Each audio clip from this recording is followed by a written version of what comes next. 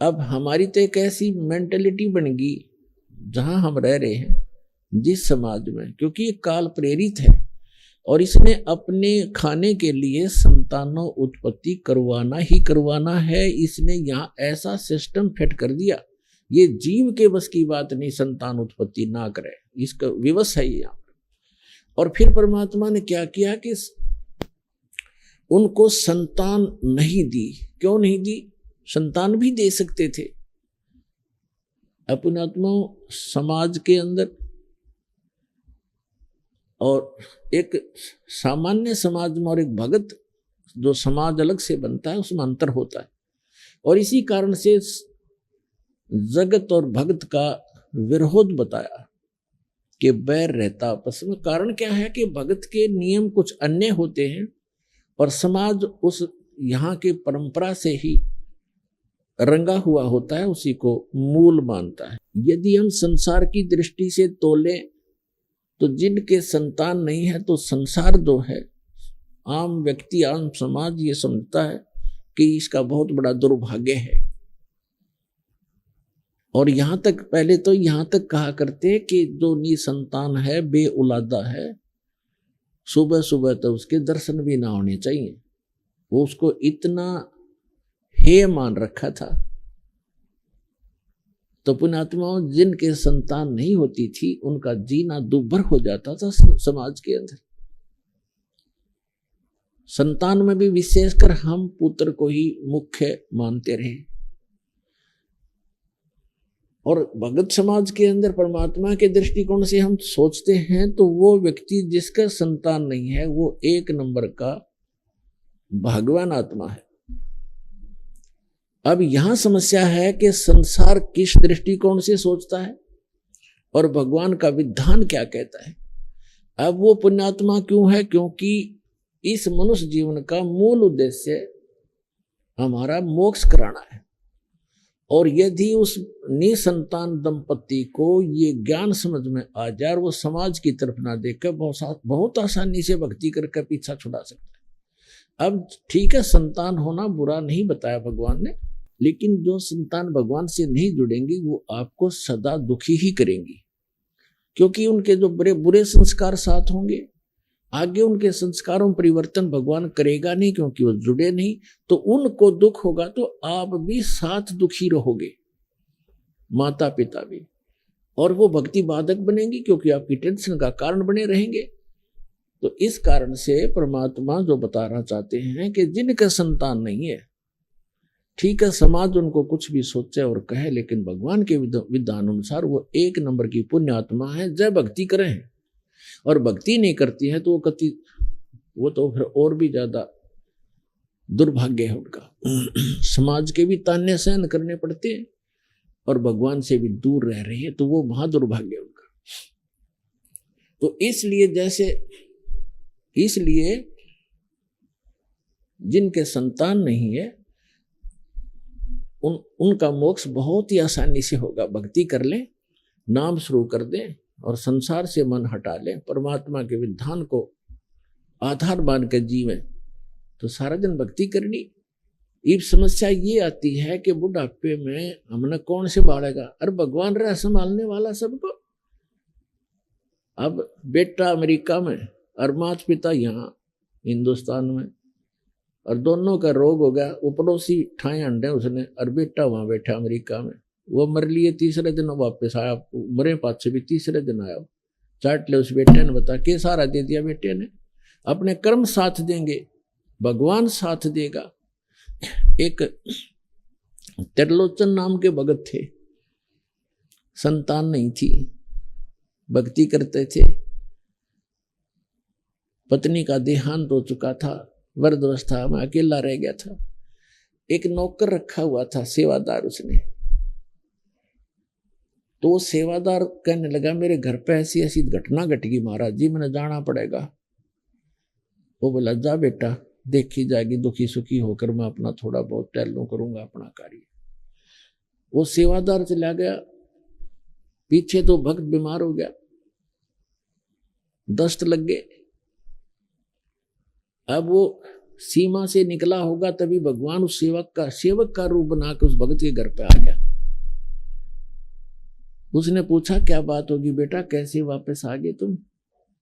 कि महाराज जी मेरा मन नहीं माना, आप न छोड़ के जाऊं, आप तो वृद्ध हो, बीमार से हो, कुछ अस्वस्थ भी चल रहे हो, कुछ दिन के बाद चला जाऊंगा जब आप स्वस्थ हो जाओ। तो उसने कहा धन्य है बेटा आपको, आपने ऐसी सोच रखी।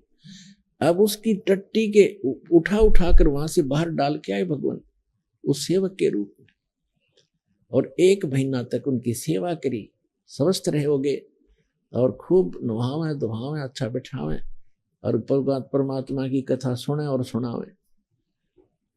अब फिर क्या हुआ, 1 महीने के बाद वो सेवक वापस आया और आके उसने पोटली रखी जो भी लाया था रास्ते में, वहां से आया था। उसी समय भगवान वहां से निकल गए। तब उसने आकर कहा कि महाराज जी ऐसे ऐसे मेरी माँ ने ये दिया है, मेरी माँ ने ये कहा है, आपको ऐसे ऐसे कहा है, और महाराज जी मैं थोड़ा सा समय ज्यादा लग गया, मुझे क्षमा कीजिए, मैं 15-20 दिन की कह के गया था, महीना लग गया महाराज, मुझे माफ करना है। अब वो महात्मा उसके मुंह तरफ देखा, भगत उसके मुख की तरफ देख रहा है, बात क्या बोल रहे हो आप क्या कह रहे हो, ये पोटली कहाँ से ले आए, ये सामान कहाँ से लाए हो, ये क्या? उसने बताया जी मैं घर से आया हूँ अपने वहां से। अब वो समझ में पारा काफी देर में समझ में आई वृद्ध का, अरे तू अपने घर से आया है? कि हाँ जी मैं तो आज आया हूँ, उस दिन का गया हुआ। उसका तो रोम रोम खड़ा हो गया, रोआ बुरी तरह, ये भगवान इस पापी ने आपसे मैं टट्टी तक उठवाई, उस नीच का कहाँ उद्धार होगा। तो पुण्यात्माओं परमात्मा कहते हैं तुम अब जो तुम्हारा सच्चा साथी है, तुमेव माता च पिता, तुमेव बंधु च सखा, तुमेव विद्या च द्रविण, तुमेव सर्व मम देव देव, उसको भूल के हम इन अन्य पर आश्रय रख लेते हैं, इसलिए हम भगवान से दूर होते चले जाते हैं। तो यहाँ गरीबदास साहिब जी ने कहा है कि त्रिलोचन के भय भरतिया माने नौकरे, ऐसी भक्ति कमावे, ऐसी भक्ति करे, भगवान साथ रहेगा आपके। तो इस प्रकार अब जैसे जिन बहन भाइयों का, विशेषकर इंसान तो थोड़ा बहुत सोच समझ भी लेता है, लेकिन बहनों का दिल नहीं डटता जिनका संतान नहीं होती, क्योंकि उसको समाज नहीं जीने देता। घर जाते हैं, घर वाले कुछ दिन चुप रहते हैं तो कोई पड़ोसी आ जाएगा, आओगा कोई काम और पूछेगा न्यू बहू का कि मैं होया नहीं बालक बोलक। अब वह के कहेगी सासू अक ना कुछ ना होया, कई साल हो गए ब्याह ने, एक जातक तो चाहिए था बता, और देख लो कोई दूसरा ब्याह करवा लो। अब उस बेटी के और समस्या पैदा कर दी कि एक और ये भी ब्याह करवाएंगे, यानी उसके भूल पड़े तो कोई और आकर के रिश्तेदार आकर कहेगा। कहने का भाव ये है कि जब तक ज्ञान नहीं प्राणी को तो जीना हराम कर देते हैं। आदमी तो बाहर रहता है, कभी कभी सुनता है ये बातें, टाल जाता है, मन समझा लेता है, लेकिन उस बहन के बस की बात नहीं, अंत में वह इतनी दुखी हो जाती है। और ये थी संतान तो भगवान ने देनी है, रो ले चाहे पीट ले, और नहीं भाग में है तो कति नहीं मिला, चाहे 6 ब्याह करवा ले। एक संतान की भी देखे, हम लड़के को मैं तो ज्यादा देते हैं।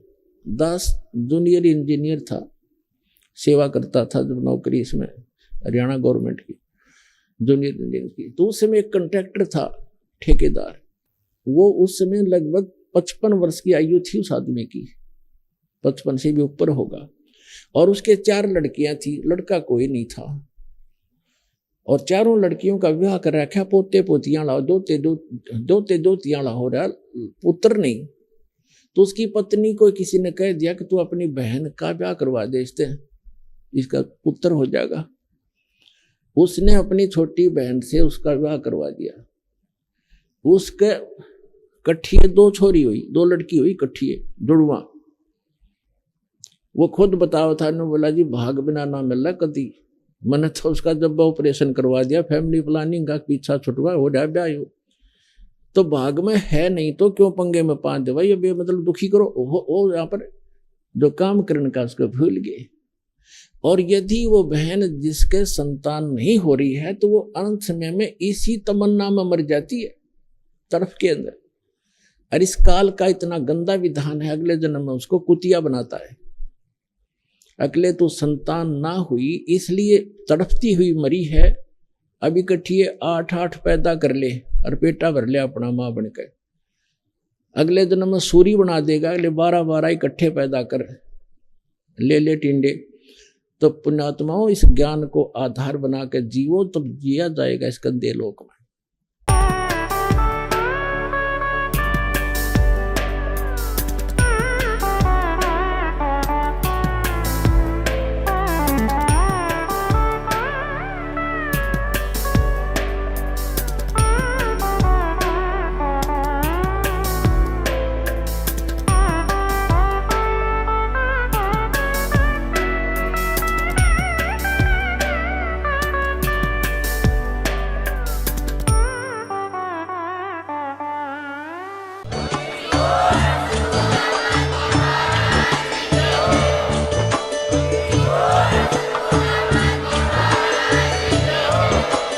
आप सुन रहे थे जगत गुरु तत्वदर्शी संत रामपाल जी महाराज जी के मंगल प्रवचन। अधिक जानकारी के लिए विजिट कीजिए हमारी वेबसाइट www.jagatgururampalji.org। संत रामपाल जी महाराज जी के शुभ आशीर्वाद से पूरे विश्व भर में 500 से भी ज्यादा नाम दीक्षा केंद्र हैं, जिन पर संत रामपाल जी महाराज जी द्वारा ऑनलाइन निशुल्क नाम दीक्षा दी जा रही है। अपने नजदीकी नाम दीक्षा केंद्र का पता करने के लिए संपर्क करें 8222880541।